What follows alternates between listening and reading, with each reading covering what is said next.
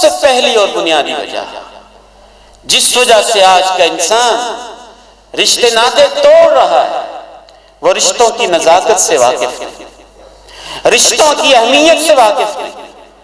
اچھے بھلے دیندار لوگ بھی سمجھتے ہیں کہ کیا ہوا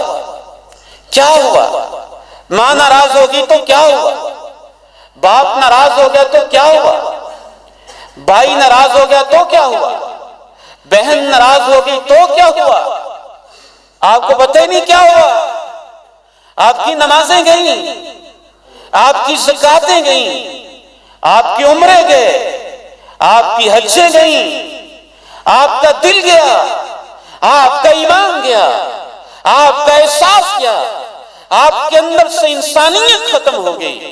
اور یاد رکھیے اس کا سب سے پہلا نقصان کسی اور کو نہیں، آپ کی اپنی ذات کو ہوگا۔ بلڈ پریشر کی یہ بیماری، شوگر کی بیماری، ٹینشن کی بیماری، ڈپریشن کی بیماری، بے برکتیوں کی لگے ہوئے انبار، ہر فرد کاروبار پہ لگا ہوا، گھروں سے روٹھی ہوئی برکتیں، تم ڈھونڈتے رہ جاتے ہو۔ وظیفے تو بتاؤ، کوئی آیت تو بتاؤ، کوئی حدیث تو بتاؤ۔ میں آپ کو اللہ کا واسطہ دیتا ہوں، شعور کی آنکھ کھولیں، بے برکتی کی بہت بڑی وجہ رشتوں کو توڑنا ہے۔ جب رشتے ٹوٹ جاتے ہیں پھر انسان رات کو سکون کی نیند نہیں سو پاتا۔ سکون کی نیند کہاں سے اسے آئے؟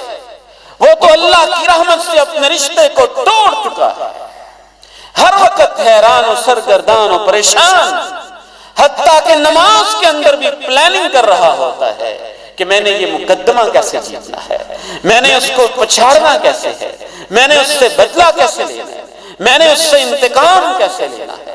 جب اس طرح کی انسان کی نفسیات ہو جاتی ہے، سب سے پہلے وہ اپنی صحت کو برباد کر رہا ہوتا ہے اور اپنی نیکیوں کو بھی ضائع کر رہا ہوتا ہے۔ الصادق المصدوق وما ينطق عن الهوى فداه ابی و امی، ان پہ میرے ماں باپ قربان۔